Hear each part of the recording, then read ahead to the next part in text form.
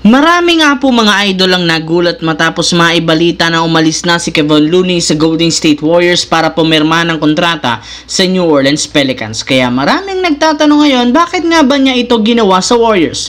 Well, ayon sa naging pahayag mismo ni Kevon Looney, inamin nga niya dito na nararamdaman niya na masyado nga siyang nililimitahan ng team.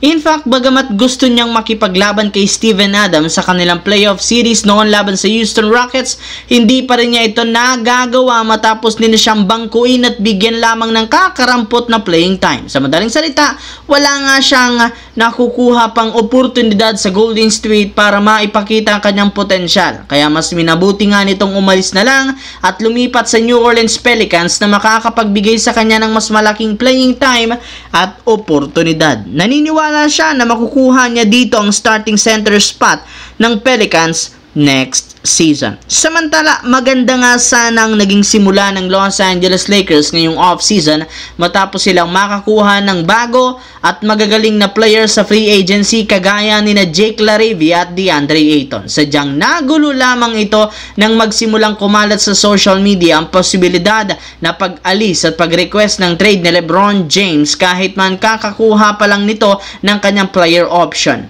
May lalong umingay pa nga ito nang maglabas ang ilang mga analyst ng balita patungkol sa hindi pagkakaintindihan ni na LeBron at Rob Pelinka na sinundan pa ng pagbulgar na balita na meron nga pong 4 na timang nakipag-usap na at tumawag sa kanya. Pero lahat nga ng yan, agad naman pinasinungalingan ng mismong agent ni LeBron na si Rich Paul matapos nitong sabihin na wala nga pong balak ang kanyang kliyente na mag-request ng trade ngayong off-season. Wala rin naman nga pong katotohanan ang mga nagsilang basang balita. Ayaw rin naman ni LeBron na magsalita patungkol sa trade nito.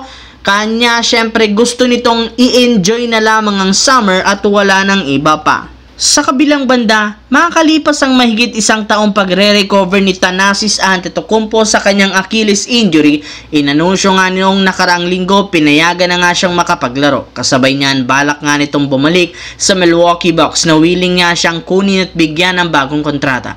Ayon sa source, kung sakali man nga pong manatili si Giannis Antetokounmpo sa Milwaukee, hindi nga po magdadalawang isip ang team na bigyan ito ng bagong kontrata ang kapatid nito na si Thanasis Antetokounmpo. Hindi nga kayo nagkakamali sa inyong narinig. Para lamang mapanatili sa Milwaukee Bucks si Giannis, gagawin nila ang lahat katulad ng pagkuha ng bagong player at ang pagpapabalik sa kanilang kapatid na si Thanasis na sa kabila ng katotohanan na nakagaling pa lang nito sa injury, hindi naman impressive ang galawan, willing pa rin silang gumamit at magsayang ng isang roster spot para lamang sa ikakasaya ng kanilang superstar sa susunod na season.